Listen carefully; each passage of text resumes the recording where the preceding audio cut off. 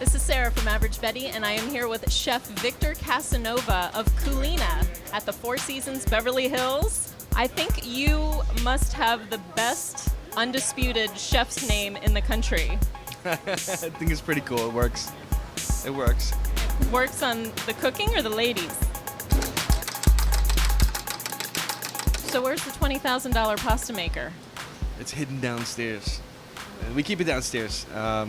Logistically, we don't have enough space, and I also like a separation. I think like when people are doing production and they're putting things together, it's sort of like a zen, methodical state. It's my baby. So you didn't put it down there just because I was coming? No, we keep it down there. So, Chef, what are you going to be making for us today? I'm going to be making spaghetti alla Chitarra. It's square spaghetti that we make in-house with the San Marzano tomato sauce, Peperoncino and Fresh Basil. We start getting the pan hot, and then we add a little extra virgin olive oil, touch of minced garlic, put a touch of salt in there. We're looking for it to get like really aromatic, but we don't want it to get brown by any means. And I add the actual tomato sauce. A little more salt. This question is from Jennifer of SavoringTheTime.com, and she wants to know how you keep fresh pasta from sticking. So we have fresh pasta here that we just made probably about 2 hours ago, right? And it looks like it's sticking a little. The easiest thing to do before you go into the water is take a little bit of semolina and make sure that the pasta is lightly coated in it. It'll protect the integrity of the pasta. You don't want to put it sticking into the water because all it's going to do is going to continue to stick. Then the next step, we'll drop the fresh pasta. It cooks pretty quick. But the idea with this dish is that we want to cook the spaghetti more in the sauce than in the water. In the meantime, we'll take a little bit of the pasta water and put it in the pan with the sauce. By doing that, it helps the pasta take in the sauce because of all the starch in the water. It sort of like forges the relationship between the pasta and the sauce, and that's the goal. Checking where this is at. I don't want that to go too far. I'm moving the pasta so the water is able to get in between and that whole cooking thing is happening in a good way. I'm liking where that is. Right in. The whole idea is trying to find that perfect balance between the pasta and the condiment. Taking all the big flavor from the tomato, the basil, the pepperoncino, right?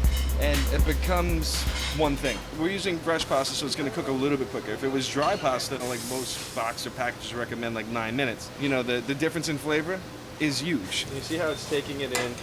It's tightening up. I'm going to take a little more of the pasta water and go through that same process again. I'm also looking at the color in the pasta. Every time I cook it down and it gets tighter, the color changes a touch because it's taking a little bit more of that flavor in. I can't help but notice you've got some pretty creative artwork on your arms. I wanted to get a tattoo that had to do with cooking. At the time when I was living in Miami, I was walking, headed for the bus stop, and I passed a restaurant that was right next to a tattoo shop. So I went into the tattoo shop and I asked the guy, I was like, I got this idea. I was thinking like a pan, some knives, and a little fire coming out. And I love it.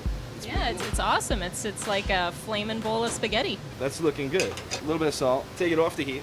Then I'm going to take a little bit of oil that we've infused with peperoncino, you know, crushed red pepper.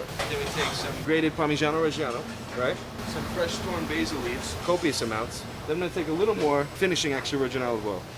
I'm really respecting the herb by not putting the herb on the heat, taking it off and letting it do its thing while it mingles inside the pasta. And the effect is love in a pan. And that's it. That's the way we do it. Spaghetti alla Chitarra.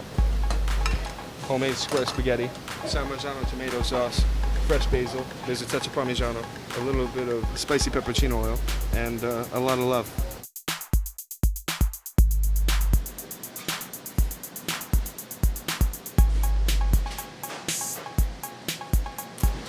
Get Vic Casanova's spaghetti and tomato sauce recipe at averagebetty.com. That is so good. It's 3 Japanese tribal symbols. This is when I was living in New York City.